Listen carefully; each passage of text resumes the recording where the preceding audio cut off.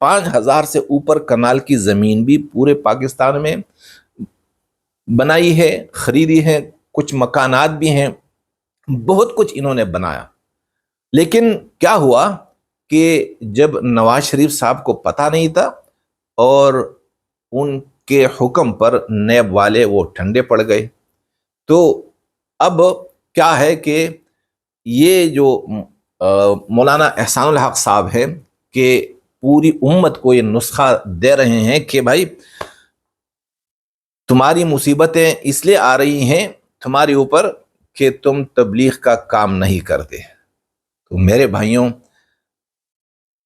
یہ جو کر رہے تھے، انہوں نے کیوں لوٹا پورے پاکستان کو مزاربے کے نام پہ؟ اور حاجی عبدالوہاب صاحب کو اور ان کے چاہنے والوں کو اسی بات سے اختلاف تھا، اور انہوں نے کہا بھی تھا